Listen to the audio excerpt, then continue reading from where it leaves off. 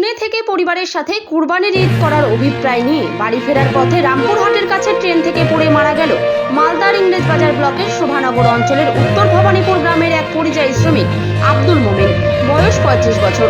তার পরিবার সূত্রে খবর, আব্দুল মোমিন হাওড়া থেকে কুলিক এক্সপ্রেসে মালদা আসছিল।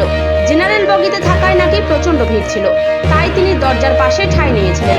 তারপর রামপুরহাটের কাছাকাছি আসার পথেই দুর্ভাগ্যবশত হঠাৎ ট্রেন থেকে নিচে পড়ে যান এবং তৎক্ষণাৎ ঘটনাস্থলেই মারা যান মালদার পরিযায়ী শ্রমিক আব্দুল মোমিন।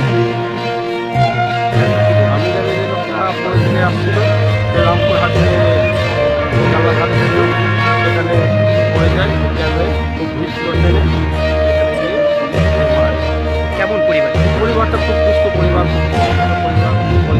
এবং ওর দুটা মেয়ে আছে, ছোট ছোট বাচ্চা আছে। সরকার থেকে সাহায্য পাওয়া যায় দাবি করবো, আর পঞ্চায়েত থেকে কিছু আমরা পারি।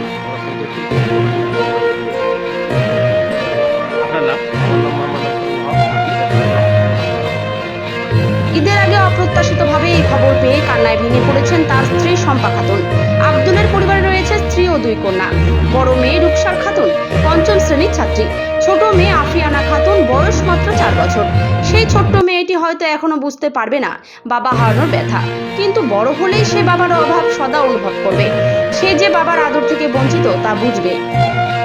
এইভাবে আর কত মালদার পরিযায়ী শ্রমিক অকালে চলে যাবে কেউ জানে না। মৃত পরিযায়ী শ্রমিক আব্দুল মোমিনের স্ত্রী শম্পা খাতুন জানান, আমরা খুব গরিব। আমার স্বামী বিদেশে কাজ করে কোনো রকমে সংসার চালাতো। এখন সে চলে যাওয়ায় আমি কিভাবে 2 কন্যাকে নিয়ে সংসার চালাবো। তাই সরকারের কাছে তার কাতর প্রার্থনা যেন তার 2 কন্যা সন্তানের জন্য সরকার তাকে আর্থিকভাবে সহযোগিতা করেন।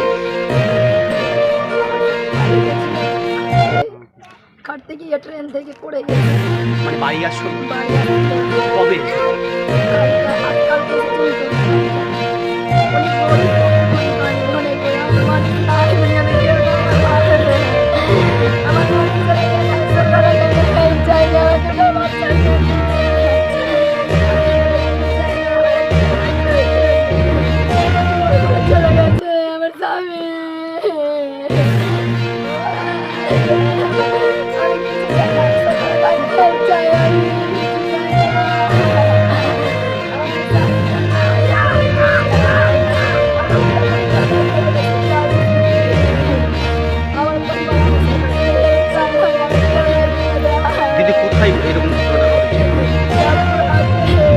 আপনার স্বামী কি দেহ এখন এসেছে?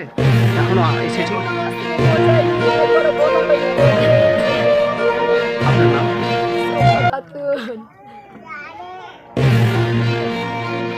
ঈদের আগে হঠাৎ তার মৃত্যুতে সারা গ্রামে নেমে এসেছে শোকের ছায়া।